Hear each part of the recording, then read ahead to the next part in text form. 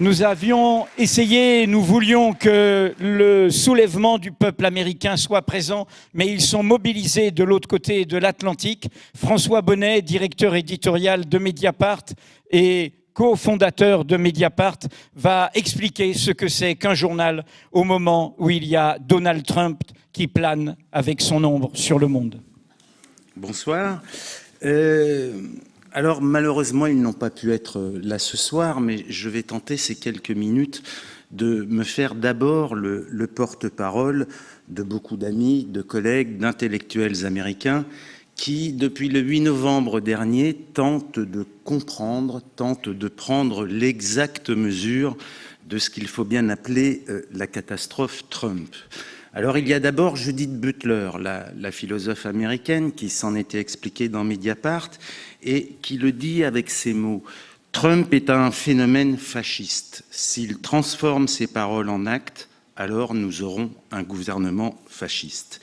Et puisque en politique les mots sont parfois des actes, il nous faut, je crois, prendre très au sérieux ceux prononcés par le 45e président des États-Unis vendredi, lors de son discours d'investiture.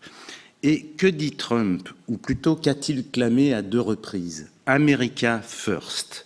America First, c'est son slogan, et America First, c'est un slogan qui renvoie très directement à Charles Lindbergh, vous le savez, l'aviateur qui s'était engagé en politique dans les années 30 et qui fut le porte-parole d'un mouvement qui, justement, s'appelait America First. Ce mouvement, dans les années 30, America First, c'était un mouvement isolationniste, c'était un mouvement qui a sympathisé avec l'Allemagne nazie, et c'était un mouvement qui était, à l'époque, considéré comme la forme la plus aboutie des organisations fascistes américaines. Aussi, quand Trump clame America First, tous les Américains entendent le America First des années 30.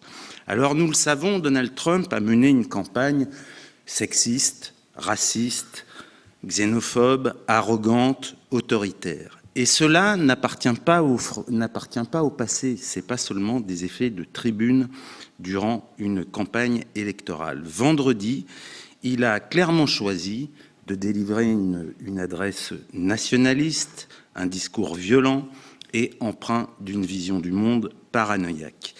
Il est une autre intellectuelle, une historienne qui s'appelle Caroline Roland-Diamond. Et elle nous a expliqué également qu'avec Trump, effectivement, s'opère un vrai parallèle avec ce grand moment de xénophobie et de racisme qu'étaient les années 1920 aux États-Unis.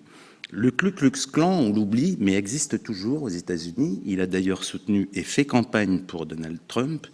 Et dans cet entre-deux-guerres du XXe siècle, il était alors devenu une immense organisation nationale ciblant non seulement les Noirs, mais évidemment tous les immigrés et également les Juifs et les catholiques. La première décision présidentielle de Trump, à l'issue de son discours, ça a été de proclamer un jour du patriotisme.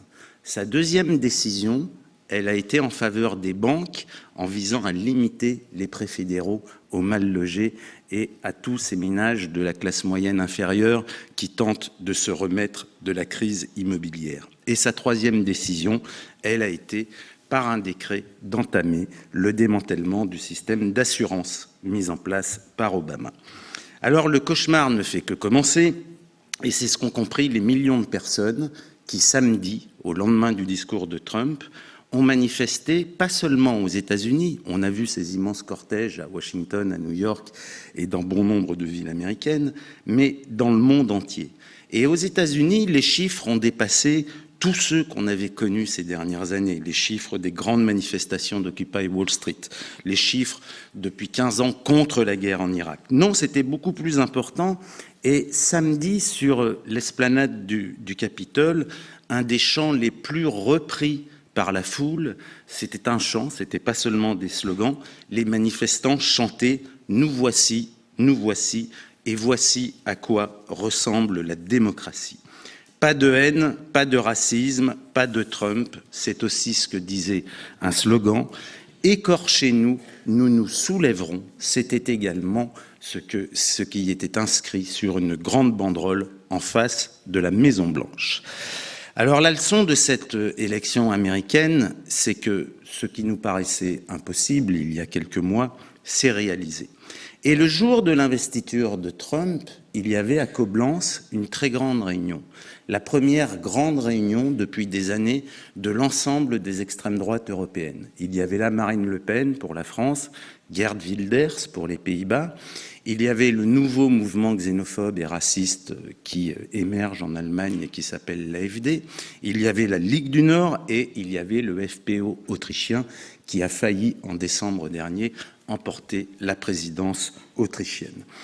Notre heure est venue, ont dit tous ces dirigeants de l'extrême droite. Notre heure est venue comme est venue l'heure de Donald Trump. Et cela doit bien sûr nous avertir, cela doit bien sûr nous alerter, cela doit bien sûr nous mobiliser. Et la première des leçons à tirer, c'est qu'il ne faut pas forcément tout attendre, en tous les cas pas trop, de nos hommes politiques face à cette poussée des extrêmes et des extrêmes droites, ou des régimes néofascistes tels qu'ils sont caractérisés par certains intellectuels américains. Pour cela, nous devons d'abord nous mobiliser, nous, citoyens, en appeler aux sociétés, au réveil des sociétés, et faire comme nos amis américains de samedi, inventer, recréer, refonder cette démocratie des rues qui, par millions, pourra faire barrage à ces droites extrêmes. Voilà ce que je voulais transmettre de ce qui nous est revenu ces dernières semaines de bon nombre d'Américains. Merci. Merci François.